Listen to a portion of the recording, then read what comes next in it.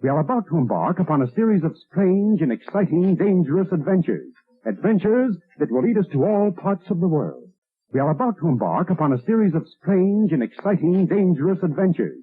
Adventures that will lead us to all parts of the world. Hello and welcome to another Bad Comic Review. This time we are looking at Batman Legends of the Dark Knight issue 11. This is part 1 of the 5-part story Prey. This issue was written by Doug Moench, pencils by Paul Gulacy, Terry Austin was the inker, John Costanza letterer, Steve Oliff colorist. Batman is pursuing a drug dealer that the police are also after, and he yanks the guy up on top of a marquee and interrogates him while the cops fumble around. And we meet this guy Sergeant Court, who is a very aggressive police officer, maybe not corrupt, but not exactly the most competent or the most forward-thinking guy, and he definitely hates the Batman. Well, Batman gets a lead on this guy Fish right as the mayor's announcing a new anti-vigilante task force to be led by Commissioner Gordon, which surprised Gordon because he didn't have any idea this was happening. He's also hiring a psychiatrist known as Hugo Strange to look into things. Now, longtime Batman fans know who Hugo Strange is, but this is one of his earliest appearances in continuity, at least in this continuity. So Strange is obsessed with Batman, so he's gonna take the gig even though the pay is insulting. Meanwhile, Batman's working on his Batmobile, we get a glimpse of Catwoman, and everybody's going after this guy named Fish. So things aren't looking real great for Batman because he's got to deal with a lot, and we're left with a cliffhanger ending where the police may have him. So what kind of consequences is he facing, and will Hugo Strange play a part in that, and what is Catwoman's role? So we'll have to wait till next issue, but the cover is fantastic. I love that cover. That got me to buy this back in the 90s, and I was happy to buy it again. You can usually find these for a couple bucks. They're not that expensive, but the art is great. The story was fantastic. I really look forward to reading part 2, so I'm going to recommend this. If you want good Batman storytelling, these Legends of the Dark Knight issues are phenomenal for that. So highest recommendation I can give, drop a couple bucks, get a good book rather than $4 or $5 and get garbage. But that's gonna do it for this one. Thank you so much for listening and supporting the channel. If you enjoyed the video, please hit the like button and don't forget to subscribe so you don't miss future reviews. If you'd like to help the channel out in other ways, links are in the description to various support methods, and as always, we hope to see you on the next one. We are about to embark upon a series of strange and exciting, dangerous adventures.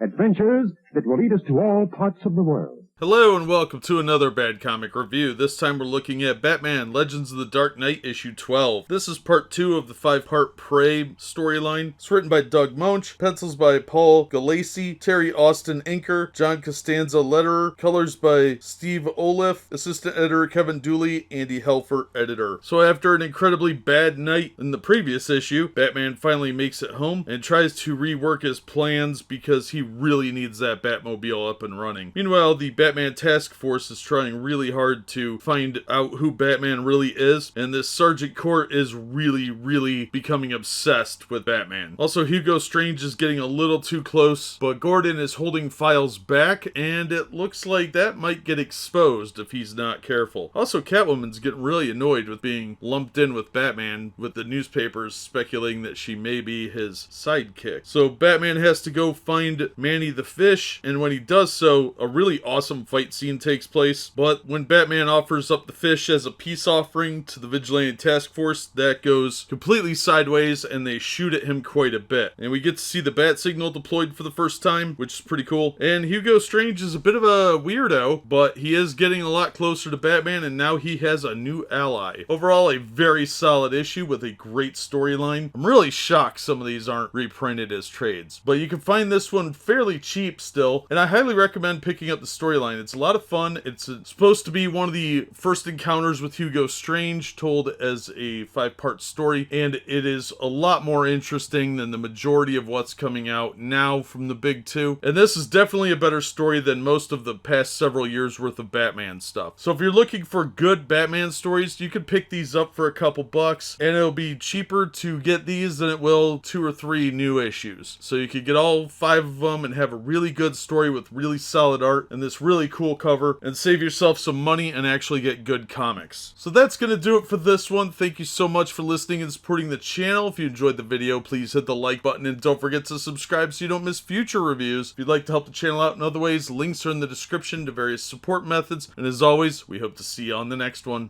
We are about to embark upon a series of strange and exciting, dangerous adventures.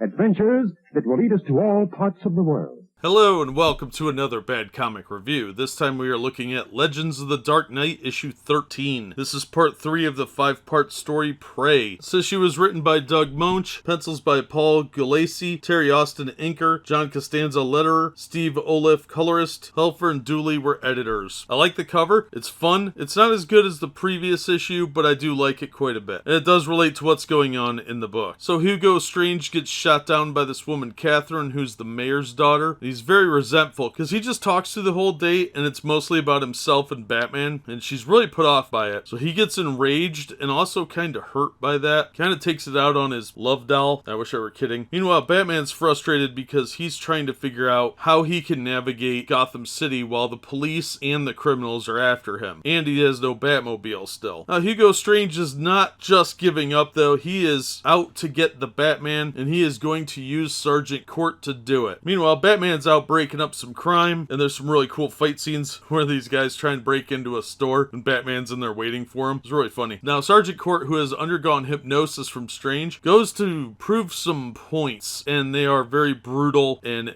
scary points at that. So he goes to this bar called the Skeleton's Closet. It's a biker bar where some guns have been running, and we meet a new vigilante called the Night Scourge, who is going to take crime down and also try and make Batman look bad, because this guy is way more brutal than Batman. Batman meets with Gordon for a second, and Catwoman's very upset that Batman is being lumped in with her as if they are friends or partners, so she manages to pop in a few times in the storyline. But Night Scourge and Batman do have this really cool fight scene, and it looks like Batman might be in some trouble. He got some damage done to him from that fight, and it looks like there may be some other shenanigans afoot as well. Okay, as a note before we get any further, in the center of the comic book is a fold-out of the movie Predator 2. It's a big advertisement that folds out into a mini poster of the Predator and his weaponry. It's actually pretty cool, but be aware of that if you're trying to collect these and you want them to be as pristine as possible like they were when they were on the shelves the first time. Now, I like this story quite a bit. This would make a really good movie, especially now that they're doing this sort of soft reboot with Batman with Robert Pattinson. I think this would be a really good story to adapt, but that will probably never happen. I highly recommend picking it up. Like I've said before, you can find these issues pretty cheap, and it's way better than any Batman stuff on the stands right now. So solid book on every aspect, great art, great story, a lot of fun. It is a bit adult. There is the shadow of a boob in here, so if that's something that's going to offend your delicate sensibilities, that's your warning. But definitely worth tracking down. These should be collected, but DC has no idea what their fan base actually is anymore, so it doesn't surprise me that they're not. But that's going to do it for this one. Thank you so much for listening and supporting the channel. If you enjoyed the video, please hit the like button and don't forget to subscribe so you don't miss future reviews. If you'd like to help the channel out in other ways, links are in the description to various support methods. And as always, we hope to see you on the next one.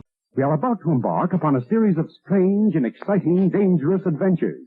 Adventures that will lead us to all parts of the world. Hello and welcome to another Bad Comic Review. This time we're looking at Legends of the Dark Knight issue 14. This is Prey, part 4 of 5. Story by Doug Moench, Paul Gulacy on pencils, Terry Austin on inks, John Costanza did the letters, Steve Oliff and the Galopix crew on colors. Edited by Dooley and Heffer. So Max Court gets the word that because the mayor's daughter was kidnapped, the mayor is putting pressure on the cops to take out Batman, dead or alive. And of course that's going to be a problem for Batman because he's having trouble fighting both the crooks and dealing with the cops, trying not to get killed. This puts Hugo Strange in an advantageous position because Batman is slowly being worn down. Now he goes to confront Hugo Strange, and that backfires spectacularly because he walks right into a trap, and Hugo beats the crap out of him with a baseball bat. And Batman begins hallucinating he's got to flee through the sewers again, and Max Court is on a rampage at the same time. Gordon can't do much. And we learned last issue that Gordon has been keeping files from Max Court. It's quite possible that Gordon suspects who Batman is, at least has an idea. May not know the exact name, but he has a general idea of what kind of things started Batman down this path. Now, with Batman being public enemy number 1, he's got to get home, and he is in no position because that drug is still in his system, and he is lashing out. Strange has set up a lot of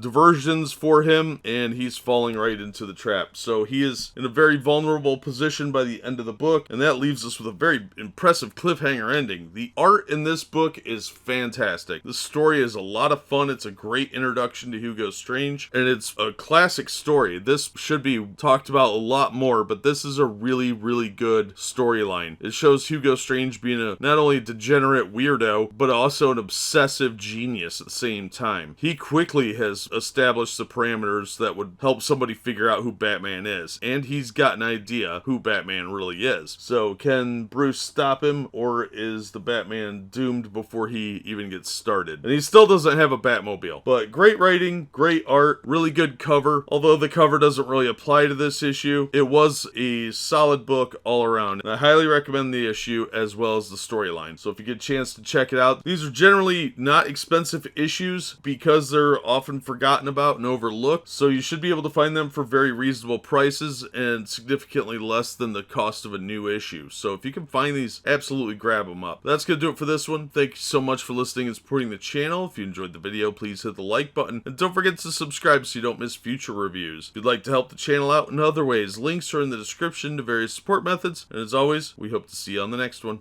We are about to embark upon a series of strange and exciting, dangerous adventures.